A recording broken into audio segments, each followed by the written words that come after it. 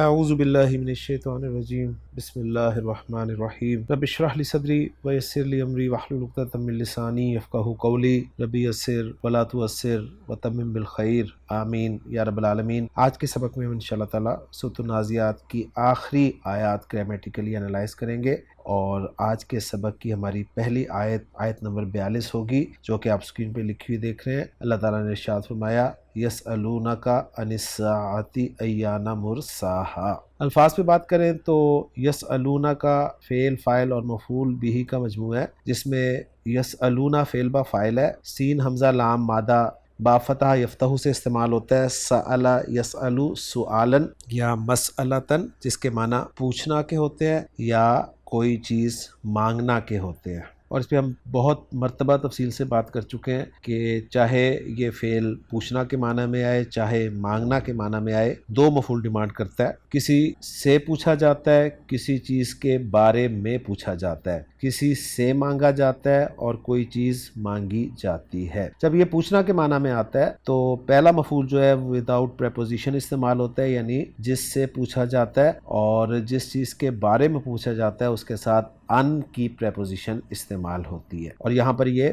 پوچھنا کے معنی میں استعمال ہوا ہے۔ کاف ضمیر منصوب متصل یہ مفعول بھی ہے، اور ان حرف جر ہے جس کا مجرور جو ہے وہ الساعہ جو کہ قیامت کا ایک مشہور نام ہے، اور ایانا اس میں استفہام ہے، کب کے معنی میں استعمال ہوتا ہے۔ اور مرساہ جو ہے یہ مضاف الیہ ہے، جس میں مرسا اس کو مصدر میمی قرار دیا گیا ہے، باب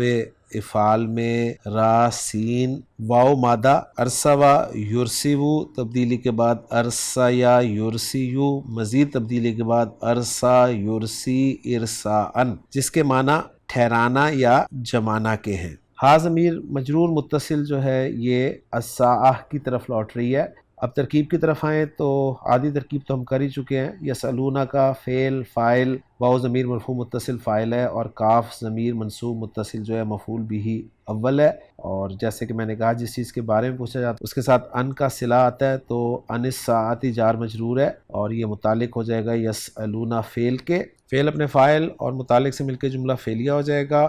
اور ایانا مرساہا کو ہم الگ سے ایک جملہ جو ہے وہ کنسیڈر کریں گے، جس میں ایانا اسم استفہام یہ خبر مقدم بن جائے گا، اور مبتدا مؤخر جو ہے وہ مرساہا بن جائے گا، جو کہ مضاف اور مضاف الیہ کا مجموعہ ہوگا۔ جملوں کے اعراب کے حوالے سے یسألونک عن الساعہ کو جملہ مستانفہ قرار دیا ہے محمود صافی صاحب نے، اور ایانا مرساہا کو استئناف بیانی قرار دیا ہے۔ اور ترجمہ اگر ہم کرنا چاہیں اس آیت کا تو کچھ یوں بنے گا کہ سوال کرتے ہیں وہ آپ سے قیامت کے بارے میں، وہ کب قائم ہوگی۔ آیت نمبر 43 ہے فیما انت من ذکراہا۔ الفاظ میں بات کریں گے تو فی حرف جر ہے، اور اس کے بعد ما اسم ہے، اس میں استفہام ہے، اور ما اس میں استفہام کا الف جو ہے یہاں سے ڈراپڈ ہے، اور وجہ آپ کو سورۃ النبا میں نے آپ بتا دی تھی کہ حروف جارہ کے بعد جب ما اس میں استفہام آتا ہے تو اس کے الف کو کثرت استعمال اور ما خبریہ سے فرق کرنے کی بنا پر حذف کر دیا جاتا ہے۔ انتا ضمیر مرفوع منفصل واحد مذکر حاضر کی ضمیر ہے، من حرف جر ہے، ذکرہ ذکر یذکرو باب نصر ینصرو سے مصدر ہے، مصدر اس کا ذکرن بھی آتا ہے، ذکرن بھی آتا ہے، اور ذکرہ بھی آتا ہے، اور تذکارن بھی آتا ہے، جس کے معنی یاد کرنا کے ہوتے ہیں، اور دوسرے معنی اس کے نصیحت کرنے کے بھی آتے ہیں۔ ہا ضمیر مجرور متصل ہے کیونکہ اسم کے بعد استعمال ہوئی ہے۔ اب ترکیب کی طرف آئیں تو فیما جار مجرور کا مجموعہ ہے، اور ما اس میں استفہام جو ہے وہ ایو شیئن کے معنی میں استعمال ہوتا ہے، ہم جانتے ہیں، تو گویا فی ای شیئن انت من ذکراہا، اس طرح ہم اس کو لے سکتے ہیں، اور یہ جار مجرور جو ہے یہ خبر مقدم بن جائے گا، اور ظاہر بات ہے خبر مقدم کس طرح بنے گا، کسی نہ کسی محذوف شبہ فعل کے متعلق ہو کر۔ انتا جو ہے یہ مبتدا مؤخر ہوگا، اور من ذکراہا جار مجرور جس میں من حرف جر ہے، ذکرہ مجرور ہے اور ساتھ ہی مضاف ہے، اور ہا ضمیر مجرور متصل مضاف الیہ ہے، اور یہ جار مجرور جو ہے یہ بھی اس ہی شبہ جملے کے متعلق ہوگا جس کے متعلق فیما خبر مقدم ہے۔ اور ذکراہا میں ذکرہ کے بعد وقت اسم کو محذوف مانا گیا ہے یعنی ذکرا وقتی ہا، اور پھر انتا مبتدا مؤخر اپنی خبر سے مل کر جو کہ محذوف ہے اور جس کے متعلق پھر فیما اور من ذکراہا ہے، یہ جملہ اسمیہ بن جائے گا اور اس جملہ اسمیہ کو بھی مستانفہ قرار دیا جائے گا، اور یہاں پر استفہام جو ہے یہ انکار کے لیے ہے۔ لفظی ترجمہ تو اس کا بہت مشکل ہو جائے گا، کیونکہ فیما کا ترجمہ ہم کریں تو کچھ یوں بنے گا کہ کس چیز میں انتا تو، لفظی ترجمہ من ذکراہا اس کی یاد سے، تو پھر کوئی بامحاورہ ترجمہ ہی کرنا پڑے گا اس کا، جو کہ مختلف لوگوں نے کیا ہے، جس میں سے ایک ترجمہ میرے سامنے ہے مفتی تقی عثمانی صاحب کا، جو کہتے ہیں کہ تمہارا یہ بات بیان کرنے میں کیا کام۔ فتح محمد جالندری صاحب نے کیا ہے سو تم اس کے ذکر سے کس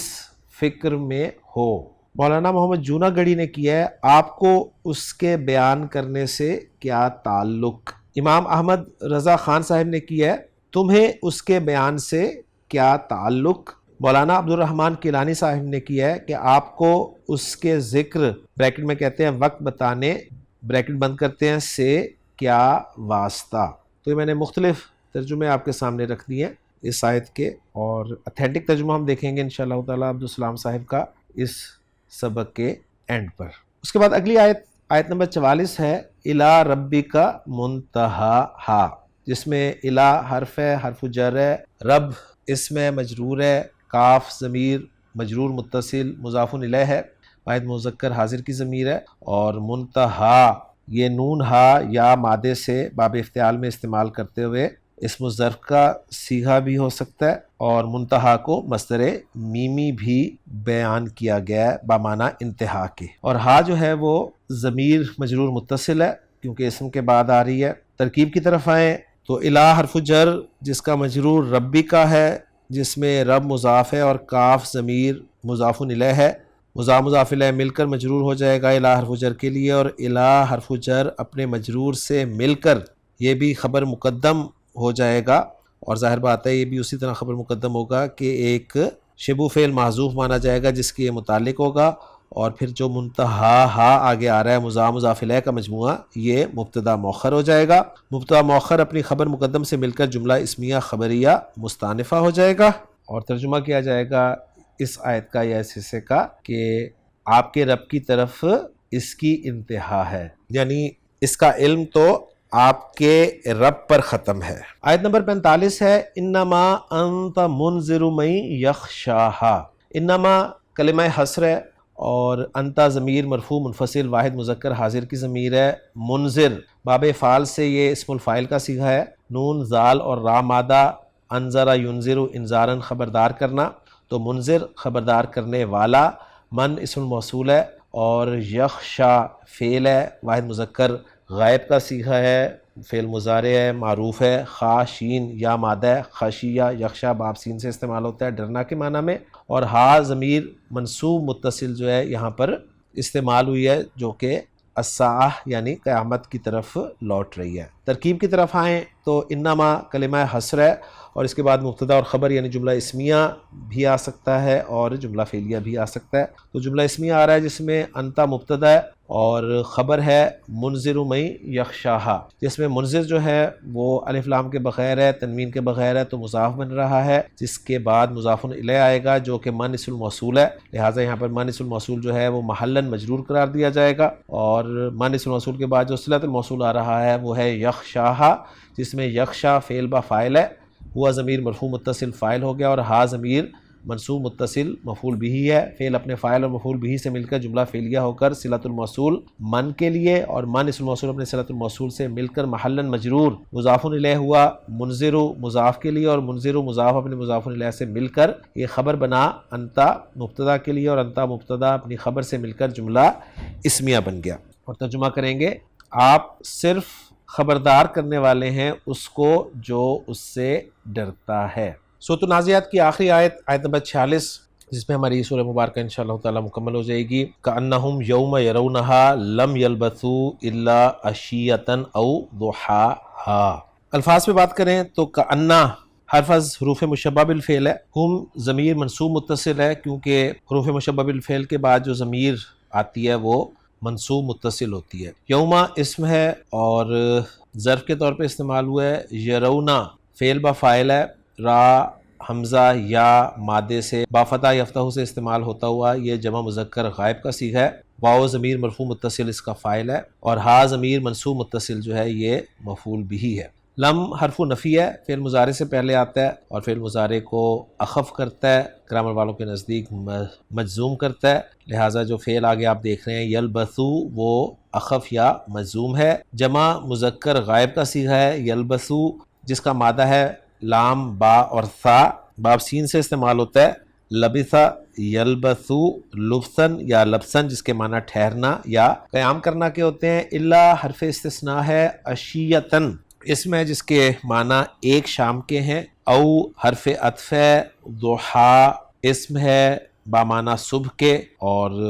دھوپ کے معنی میں بھی استعمال ہوتا ہے لفظ، اور ہا ضمیر مجرور متصل ہے کیونکہ اسم کے بعد آ رہی ہے۔ ترکیب کی طرف آئیں تو کأنہ حرف حروف مشبہ بالفعل ہے، جب بھی آئے گا ایک اسم ہوگا ایک خبر ہوگی، اس کی اسم منصوب ہوگا، لہٰذا ہم ضمیر منصوب متصل اس کا اسم ہے۔ یوما جیسے کہ میں نے کہا ظرف ہے اور اس کے بعد مضاف الیہ آئے گا جو کہ یرونہا ہے، اور یرونہا فعل فاعل اور مفعول بہ کا مجموعہ ہے، جس میں واو ضمیر مرفوع متصل فاعل ہے اور ہا ضمیر منصوب متصل جو ہے یہ مفعول بہ ہے۔ فعل اپنے فاعل اور مفعول بہ سے مل کے جملہ فعلیہ ہو کر محلاً مجرور مضاف الیہ ہوا یوما ظرف کے لیے، اور یوما ظرف اپنے مضاف الیہ سے مل کر ایک محذوف فعل جو کہ یقولونا مانا گیا ہے اس کا ظرف قرار دیا گیا ہے، اور یہ بھی کہا گیا ہے کہ یہ ظرف اپنے مضاف الیہ سے مل کر یہ جو آگے فعل لم یلبسو آ رہا ہے اس کے لیے مفعول فی ہے، ظاہر بات ہے پھر مفعول فی مقدم ہو جائے گا۔ تو کافی پیچیدگیاں ہیں 20ویں پارے کی چھوٹی چھوٹی آیات میں۔ لم یلبسو فعل با فاعل ہے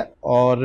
واو ضمیر مرفوع متصل اس کا فاعل ہو گیا۔ اس کے بعد الا آ رہا ہے، الا کے حوالے سے تھوڑی سی میں آپ کے ساتھ آج انفارمیشن جو ہے وہ شیئر کرنا چاہوں گا، کیونکہ یہ الا والا ٹاپک جو ہے یہ اسٹوڈنٹس کو سمجھ میں نہیں آتا، اور میں بھی ایک اسٹوڈنٹ ہی ہوں، لہٰذا میرے لیے بھی ہمیشہ یہ مشکل ہی رہا ہے، لیکن اللہ جزائے خیر دے اساتذہ کو جنہوں نے اس ٹاپک کو آسان کر کے سمجھانے کی کوشش کی ہے، اور میں نے جتنے لوگوں سے یہ ٹاپک سمجھنے کی کوشش کی ہے اس میں سب سے بہترین سمجھ جو آئی ہے مجھے وہ مولانا راشد صاحب ہیں، جنہوں نے بڑے خوبصورت انداز میں اس ٹاپک کو سمجھایا ہے، تو انہی کا سمجھایا ہوا میں کوشش کروں گا کہ آپ کے ساتھ شیئر کروں۔ تو سب سے پہلی بات جو آپ نے ذہن میں رکھنی ہے وہ یہ ہے کہ یہ ٹاپک جو ہے یہ منصوبات میں پڑھایا جاتا ہے، اور اس ٹاپک کا نام ہوتا ہے المستثنیٰ۔ تو گرامر کی ایک مدارس میں پڑھائی جانے والی بہت ہی پیاری اور خوبصورت کتاب ہدایت النحو، اس میں المستثنیٰ کو ڈیفائن کیا گیا ہے۔ آپ ڈیفینیشن اس کی اسکرین پہ دیکھ سکتے ہیں کہ لفظ یذکر بعد الا و اخواتها لیعلم انہ لا ينسب الیہ ما نسب الی ما قبلها، کہ المستثنیٰ لفظ،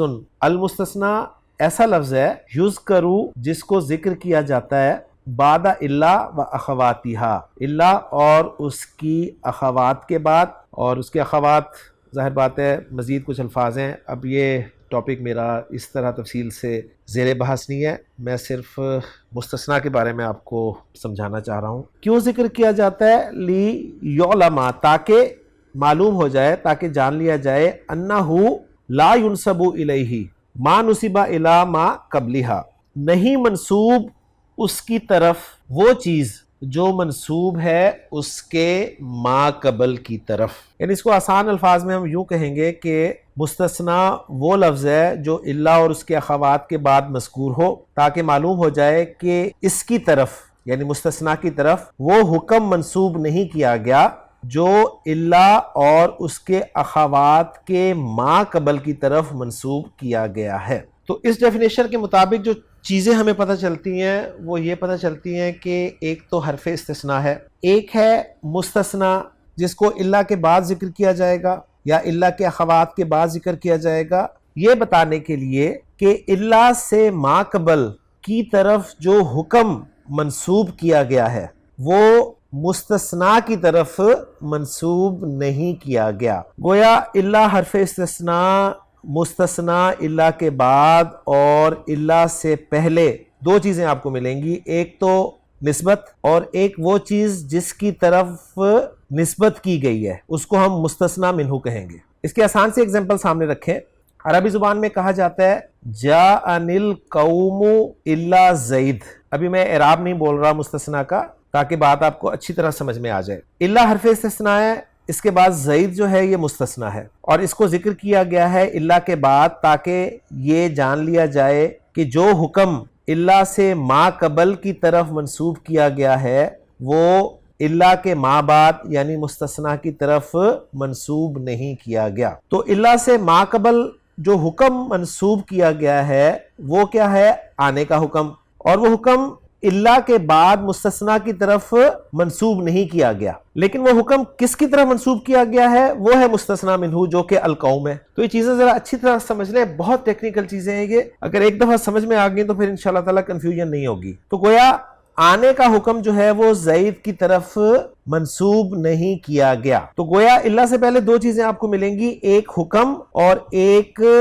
وہ جن کی طرف اس حکم کو منسوب کیا گیا ہے جس کو ہم مستثنی منہ کہیں گے۔ اور مستثنی منہ ہمیشہ متعدد ہوگا، ذہن میں رکھیے گا اگر ہوگا تو، کیونکہ بعض اوقات یہ بھی آپ کے سامنے آئے گا کہ مستثنی منہ مذکور نہیں ہوگا۔ اب اس صورت میں جو ایگزامپل آپ کے سامنے آئی ہے اس میں سب کچھ موجود ہے، الا حرف استثناء بھی موجود ہے، مستثنی بھی موجود ہے، مستثنی منہ بھی موجود ہے، اور حکم یا نسبت بھی موجود ہے۔ اب یہیں سے بات آگے ہماری چلے گی کہ اگر مستثنی منہ کی جنس میں سے ہو تو یہ مستثنی جو ہے مستثنی متصل کہلائے گا۔ میں پھر آپ کو یاد دلا دوں کہ میں بھی مستثنی کے اعراب پہ بالکل بات نہیں کر رہا۔ اگر مستثنی منہ کی جنس میں سے نہیں ہے تو یہ مستثنی منقطع کہلائے گا۔ یعنی اسی ایگزامپل کو تھوڑا سا میں تبدیل کرتا ہوں۔ جاءنی القوم الا زید، اس میں تو جو مستثنی ہے الا کے بعد وہ مستثنی متصل ہے کیونکہ زید جو ہے قوم کی جنس میں سے ہے۔ لیکن اگر میں کہوں کہ جاءنی القوم الا حمار، حمار کہتے ہیں گدھے کو، تو ساری باتیں وہی ہیں، صرف ایک بات جو آپ کے سامنے آئی ہے وہ یہ ہے کہ مستثنی جو ہے وہ مستثنی منہ کی جنس سے نہیں ہے، لہٰذا یہ مستثنی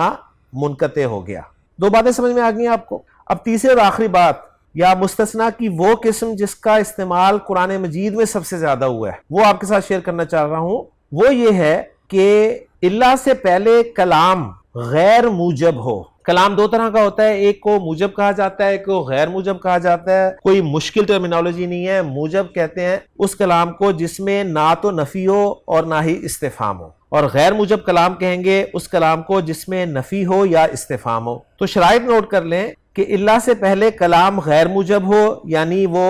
منفی کلام ہو یا استفہام ہو اس کلام میں، اور دوسری بات یہ کہ مستثنی منہ مذکور نہ ہو، یعنی اس چیز کا ذکر نہ ہو جس میں سے آپ،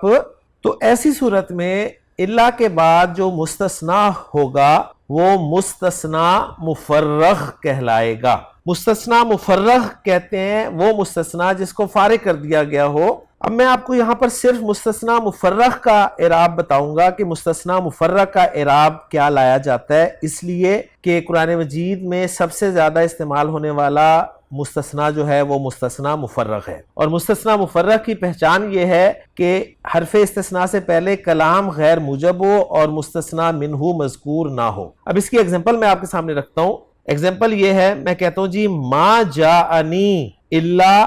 زید۔ اب ذرا غور کریں، الا سے پہلے کلام غیر موجب ہے یعنی منفی کلام ہے ما جاءنی، اور مستثنی منہ بھی مذکور نہیں ہے، متعدد کا ذکر ہی نہیں ہے، لہٰذا زید جو ہے یہ مستثنی مفرغ کہلائے گا، اور مستثنی مفرغ کا اعراب عامل کے مطابق آئے گا۔ عامل کے مطابق سے کیا مراد ہے؟ مثلا یہاں پر صرف آنے کا حکم لگا ہے کہ نہیں آیا میرے پاس، بس یہ ذکر ہے، کوئی مستثنی منہ مذکور نہیں ہے، لہٰذا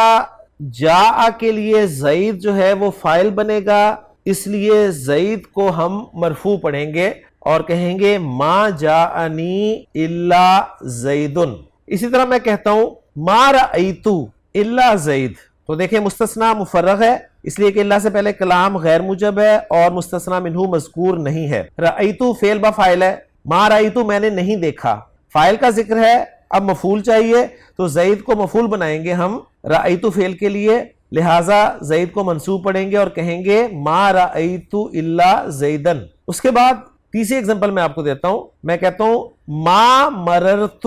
الا بزید۔ اب یہاں پر کلام غیر موجب ہے، مستثنی منہ مذکور نہیں ہے، اور یہ تو سمپل سی ایگزامپل ہے کہ با حرف جر کے بعد مستثنی آ رہا ہے تو ظاہر بات ہے وہ مجرور ہی ہوگا، تو ما مررت الا بزیدن ہی پڑھا جائے گا۔ اب یہ مستثنی مفرغ اگر آپ کو سمجھ میں آ گیا تو قرآن مجید میں کثرت سے استعمال ہوا ہے یہ مستثنی مفرغ۔ اب یہی سب کچھ جو ہم نے پڑھا ہے اس کو ہم اپلائی کریں گے سورۃ النازعات کی آخری آیت میں، جو کہ ہے كأنهم يوم يرونها لم يلبثوا الا عشية او ضحاها۔ اب اس میں ہم صرف لم يلبثوا الا عشية او ضحاها کو انالائز کرنے کی کوشش کریں گے۔ تو لم يلبثوا فعل با فاعل ہے اور اس کے بعد الا حرف استثناء ہے۔ اب مجھے یہ بتائیے کہ الا سے پہلے کلام غیر موجب ہے یا نہیں؟ تو کلام غیر موجب ہے، منفی ہے۔ یلبسو فعل با فاعل ہے اور ترجمہ ہم کریں گے لم یلبسو کا کہ وہ نہیں ٹھہرے۔ تو اب ذہن میں رکھیے گا اس میں جو واو ضمیر مرفوع متصل ہے اس کو ہم مستثنی منہ نہیں قرار دے سکتے، کیونکہ الا کے بعد جسے ہم مستثنی بنا رہے ہیں عشیتن کو، عشیتن کے معنی ہے شام کے، ایک شام کے، اور ایک شام جو ہے وہ مستثنی منہ اگر ہم واو ضمیر مرفوع متصل کو قرار دیں تو مستثنی منہ میں سے نہیں ہے، اس کی جنس میں سے نہیں ہے، لہٰذا رزلٹ یہ نکلا کہ لم یلبسو والے حصے میں مستثنی منہ مذکور نہیں ہے۔ تو ڈیفینیٹلی یہ بات ثابت ہو گئی کہ یہ جو مستثنی آ رہا ہے یہ مستثنی مفرغ ہوگا، اور مستثنی مفرغ اعراب کے اعتبار سے عامل کو جو ہے وہ دیکھے گا۔ یلبسو ایک لازم فعل ہے، لہذا اس کا صرف فاعل ہی آتا ہے جو کہ آ چکا ہے، مفعول بھی تو اس کا آنا نہیں ہے، اور عشیتن لفظ جو ہے یہ ظاہر بات ہے وقت کو شو کر رہا ہے، لہذا یلبسو فعل کے لیے چاہیے مفعول فیہ، تو عشیتن جو ہے یہ مفعول فیہ ہونے کی وجہ سے منصوب ہوگا۔ میں نے کوشش تو کی ہے آپ کو یہ بات اچھی طرح سمجھانے کی، دعا بھی کرتا ہوں کہ اللہ تعالیٰ مجھے بھی اور آپ کو بھی یہ بات اچھی طرح سمجھا دے۔ تو بہرحال یہاں پر عشیتن جو ہے یہ مستثنی مفرغ کہلائے گا اور معطوف علیہ ہے، اس لیے کہ اس کے بعد او حرف عطف عاطفہ ہے، اور ضحاہا جو ہے یہ مضاف الیہ ہو کر معطوف ہے، اور معطوف علیہ اپنے معطوف سے مل کر یہ مفعول فی بن جائے گا لم یلبسو فعل کے لیے، اور لم یلبسو فعل اپنے فاعل و مفعول فی سے مل کر جملہ فعلیہ خبریہ بن رہا ہے۔ اب اگر جملے کی پوری ترکیب کی طرف آئیں تو اس میں ہم اگر محی الدین درویشی صاحب کی خدمات حاصل کریں تو وہ کہتے ہیں کہ جی کأنہ حرف ظروف مشبہ بالفعل، اور ہم جو ہے یہ اسم ہے کأنہ کا، اور یوم ظرف زمان ہے، اور یہ متعلق ہے اپنے مضاف الیہ سے مل کر اس معنی فعل کے جس پر کأنہ دلالت کر رہا ہے۔ تو بڑی ٹیکنیکل سی بات کی ہے جو کہ ایک عام اسٹوڈنٹ کو سمجھ میں نہیں آ سکتی۔ محمود صافی صاحب نے یوما کو ظرف زمان منصوب قرار دیا ہے اور پھر انہوں نے اسے مضاف الیہ سے ملا کر حال قرار دیا ہے یلبسو فعل کے فاعل کے لیے، یہ اور ٹیکنیکل بن جاتی ہے بات۔ اور ایک اور ترکیب میں جس میں نے آپ کو کہا تھا کہ یہ یقولون فعل محذوف کے متعلق ہے، اس میں انہوں نے یہ کہا ہے کہ یہ جو لم یلبسو الا عشیتن او ضحاہا ہے جملہ فعلیہ، یہ مقول القول یا مفعول بہ محلاً منصوب استعمال ہوا ہے یقولون فعل کے لیے، اور وہ یقولون فعل جو ہے اپنے فاعل اور اپنے مقول القول اور اپنے متعلق یعنی یوم یرونہا سے مل کر یہ کأنہ حرف ظروف مشبہ بالفعل کی خبر بن رہا ہے، اور کأنہ حرف ظروف مشبہ بالفعل اپنے اسم اور خبر سے مل کر جملہ اسمیہ بن رہا ہے۔ تو یہ ایک آسان ترکیب ہے جو کہ سمجھ میں آتی ہے، یعنی یقولون وہ کہیں گے جس دن وہ دیکھیں گے اسے، کیا کہیں گے